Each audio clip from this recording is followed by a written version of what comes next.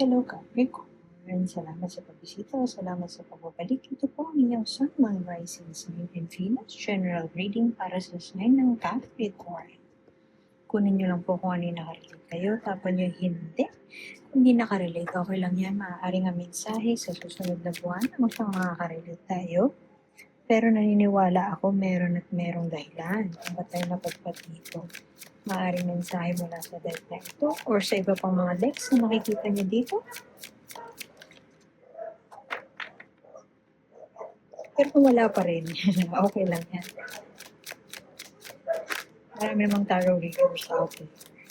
Buti na lang nag-i-intro pa lang ako dahil biglang umingay ang mga alaga ng aming kapitbahay. Kung hindi niyo ako marinig.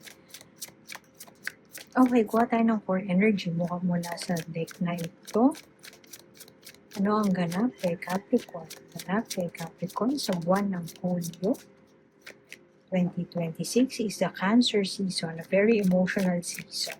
Panahon ng tampuhan, ganyan, hindi pagkakaunawaan.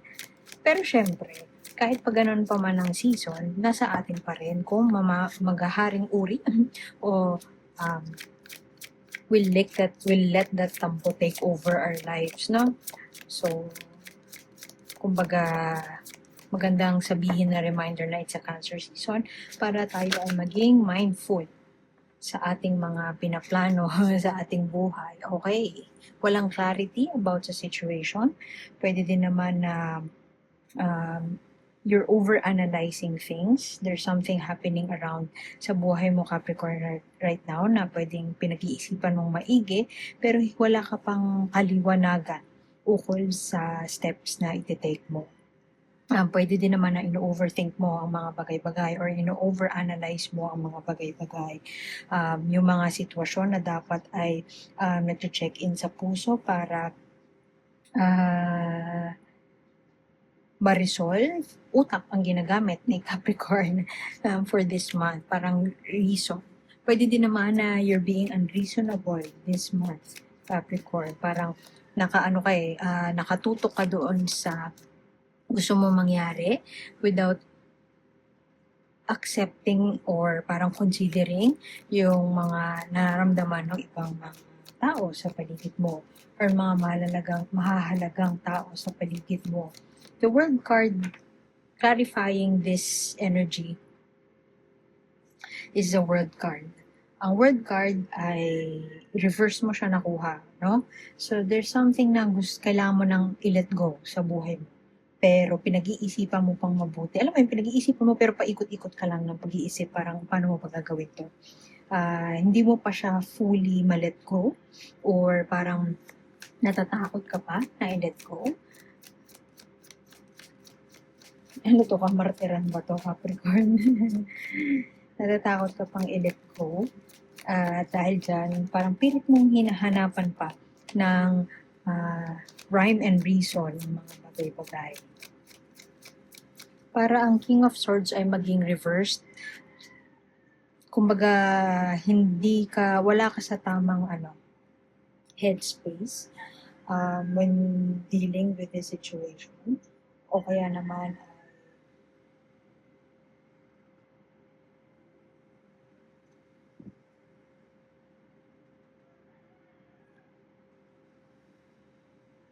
gusto mong gamitan ng, ewan ko, gusto mong gamitan ng power or authority para ma-resolve isang bagay. Pwedeng matigas ang ulo, Capricorn. Ano ba yun? Sinasabi ng mga tao sa paligid mo na ganito dapat yung gawin pero hindi ka nakikinig.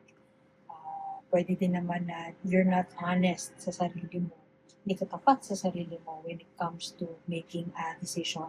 Pwede din na clouded pa ang utak mo when making a decision. Hindi ka pa makapag-decision.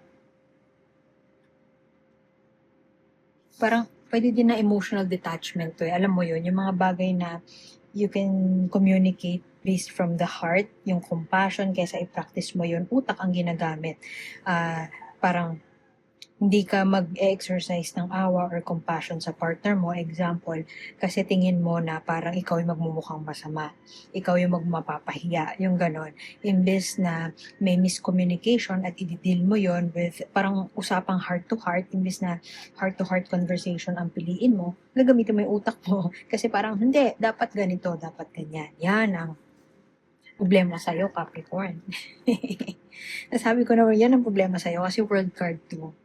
Ang world card, supposedly, parang mensahe siya ni universe na tapusin mo na yan, time to move on na, time to move forward, pero with that in reverse, parang ayaw mo pang tantanan, ayaw mo pang iwanan.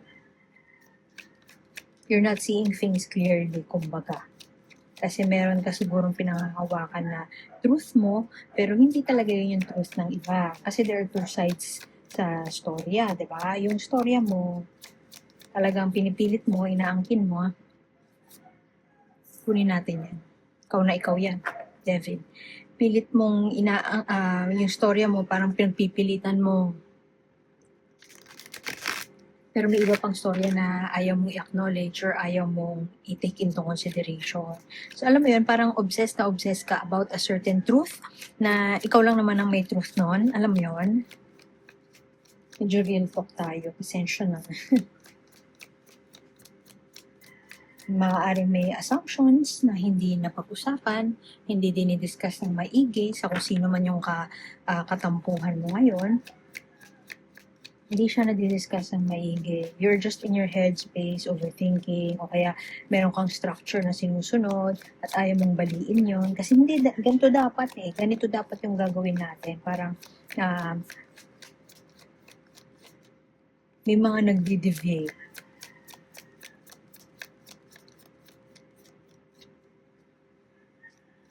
And siguro naiinis ka dun sa mga deviation, kaya you will stick to the plan, pero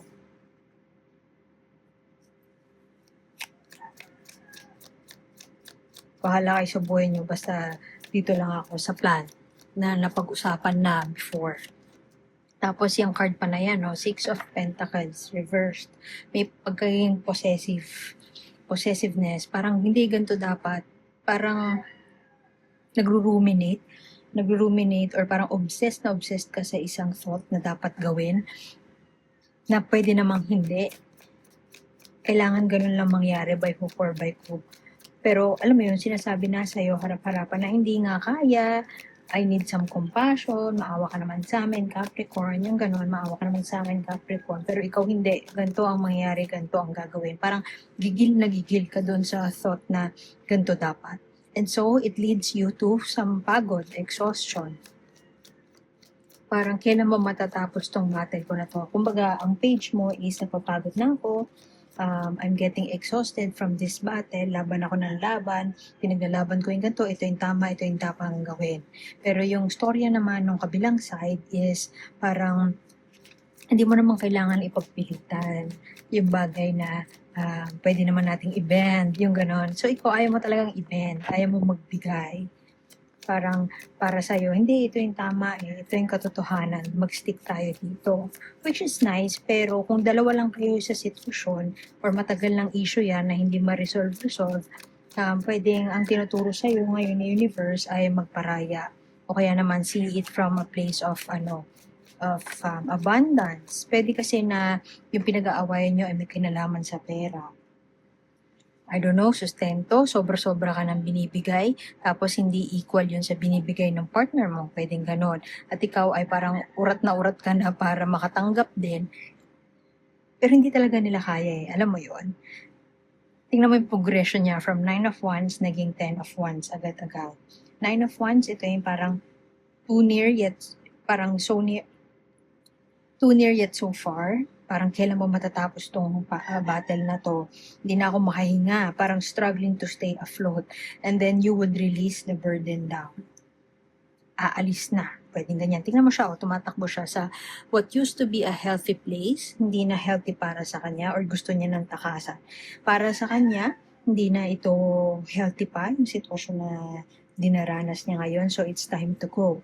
So, maaaring yun yung message sa universe. It's time to close this chapter and it's time to go. Kung yung iba sa inyo nasa legal battle, I don't know, child custody, ganyan, or away sa bahay, away sa ari-arian, pwedeng matagal na tong issue na ito at ikaw ay na-obsess pa rin o gigil na gigil pa rin dun sa fact na hindi dapat ganito, ilalaban ko to hanggang patayan. Pero ang reality is pagod na pagod ka na. Okay? So, I don't know kung meron ding pride na involved na parang ayaw mo iba yung pride mo. Mataas ang pride ni Capricorn at ayaw niyang, he or she doesn't want to appear like magi-give up na. Pero alam mo may assumptions around that eh. Pwede kasi yung iba sa inyo, iniisip na parang hindi ako magi-give up kasi mapapahiya lang ako, ayaw mapahiya. Pero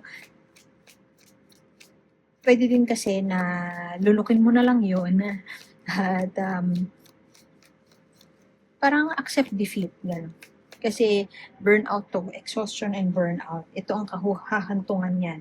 The more na kinikip mo pa rin yung hindi bagay na hindi mo matanggap or ayaw mong i-let go, the more na kumakapit ka doon sa bagay na pwede mo naman nang i-let go. Alam mo yun, may possessiveness eh. Parang hindi equal give and take. Ako lang yung naglalabas. Ilalaban ko to na dapat at the same time na naglalabas ako, dapat siya din. May pagod din. Yung ganon, alam mo yun, fighting the wrong fight. Fighting the wrong battle, kumbaga. O kaya misplaced ang misplaced ang intention. Parang you're doing it for pride or you're doing it for ego. Pwedeng ganon eh.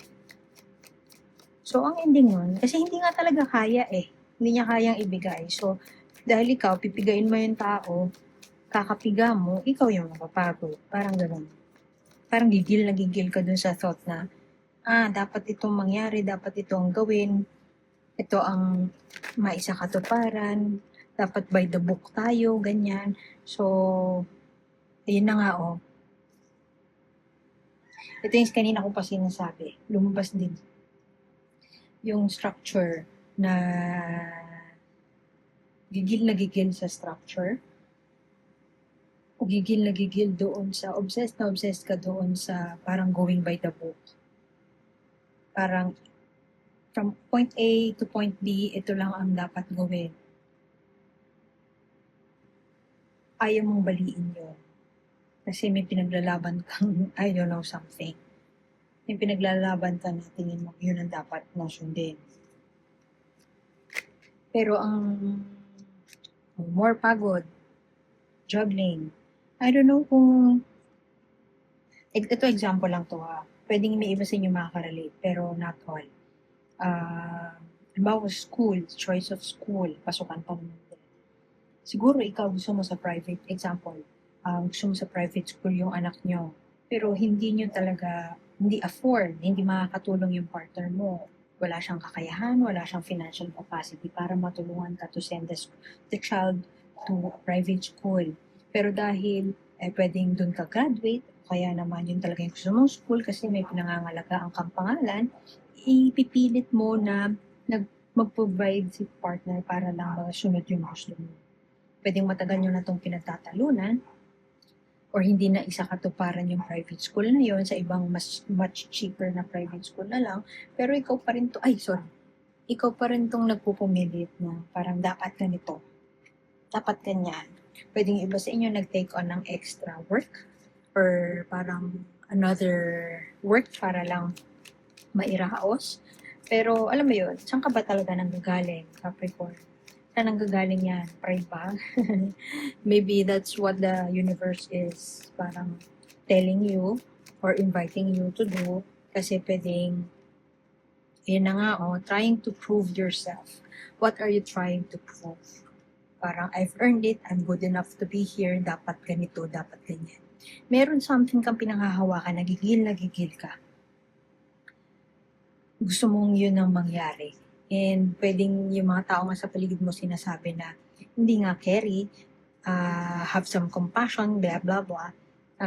You don't want to exercise that awa or compassion kasi para sa'yo, ewan ko, weakling sila. Para sa'yo, kailangan ganito or sundin yung nararapat. Pwede din naman na yung iba sa inyo ay in a toxic relationship, wala talagang maibigay, pero ikaw pilit mo pinipiga yung tao na magbigay. At people around you, parang hindi nagtutugma hindi aligned yung gusto mong mangyari sa gusto mangyari nung kung sino man yung kaaway mo. Kasi you feel na ikaw na lang ang sumalo lahat, ikaw na lang may pitpit ng lahat, hirap ka na, and hindi ka na parang maka-move forward, parang obsessed ka lang dun sa thought na it has to be this way.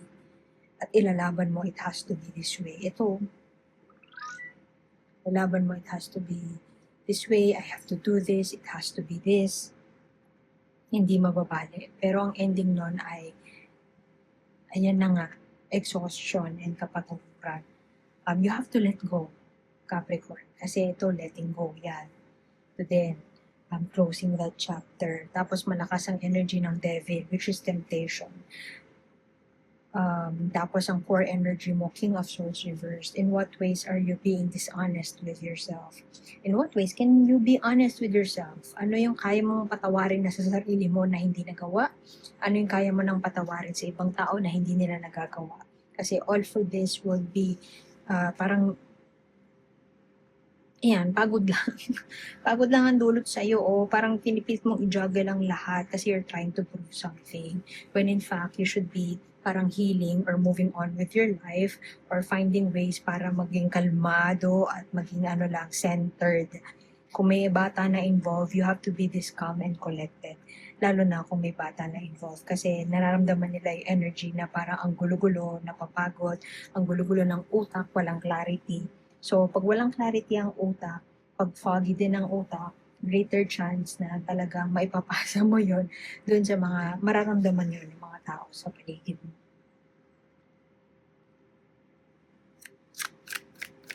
Kuha tayo ng advice. Iwan ko na yung reading doon. Kuha tayo ng gustong sabihin sa'yo or advice mula kay universe. So far, nagsimula yata ako May, kung hindi June, binabasa ko na yung guidebook para kayo mismo may sariling interpretation sa message ng universe. Para din may snippets or para may idea kayo how this oracle card looks like, anong itsura ng guidebook. Kasi kung gusto nyo siyang i-purchase, might as well have, di ba? Ganda kasi nito Paborito ko Wisdom of the Wild Things. Sa Amazon ko siya nabili nung bago siya. And tuwan-tuwa ako sa kanya. Anyway, mind that monkey mind. People are telling you or yourself are telling you na dapat ganito, dapat ganyan. Pero kung at the expense yun of your own health or mental health, might as well, iwaksi mo na yan. Tigilan mo na yan. Kasi ikaw lang yung mapapagod. Dalawa dito, pagod ang dulot sa. Pero maganda din kasi ang 10 of Wands ay closure din naman. Parang you are coming to a completion. Pwedeng completion of a certain project. Pero be mindful na that project is at the expense of your mental health or health in general. Kasi unang-una sa'yo, you may have been missing a lot on opportunities. It could mean opportunity to be with your friends or opportunity to discuss a certain parang soul fulfilling project. Nami-miss out mo yun kasi masyado kang gigil. Yun na, gigil ka dun sa idea of doing this and that. Parang crossing your T's and dotting your I's. Kailangan perfect, kailangan ganito. Na-overthink mo yung mga bagay-bagay kasi meron kang parang game plan na ayaw mong mabali. So, be mindful na all you care about is you in your head. You're living in your head. You're living inside your head. Yung sinasabi sa'yo ng utak mo, be careful about the stories you tell yourself, the narratives that you believe, and the narratives na ini-impose mo sa ibang tao. So, ang dami ko sinabi. Basahin ko yung sinabi ng guidebook. Mind that monkey. The monkey mind is the part of your psyche that can turn your enthusiasm and bravery upside down. He is the trickster that chants words of not enoughness into your ears. He says your gifts and talents will never be enough. Your ideas and plans are a waste of time. You won't amount to anything. If you dare to act on your bravest dreams, he is the one accusing you of being a fraud, an imposter, Like an intimidating parent or a disapproving teacher, all he has to do is cast a glance at your creative spark and you shrink, convinced you'll never be enough. So you hide your gifts. Or worse, refuse to develop them. Suffer his tricks too long and your creativity drowns in doubt. You're being invited right now to question your thoughts and search for monkey mind in their midst. Are you listening to thoughts that match your true sparkling nature or ones that pull your sparkle down into the depths of lostness? Only you can choose whom to listen to. Sorry sa ingay. Pero actually, ano din yan eh, double-edged sword siya. Kasi pwedeng you're telling yourself na huwag ka masyadong ambisyoso, na parang gagawin mo ang lahat kahit makapanakit na para lang magawa yung gusto mo. So, ambition is good, pero kapag nakatapak na ng ibang tao, that's when you hold back. So, ang middle ground dyan, sa parang catching your thoughts, catching your stories, catching the narratives that you tell yourself is that if there's something na truth out there, truth mo man o basta, always think na kung meron kang decision na gagawin or action na gagawin based on that thought, lagi mong isipin na, would this be for the highest good of all? So, if there's an action na makakasakit sa iba, hindi siya for the highest good of all. So, wag mo nang gawin.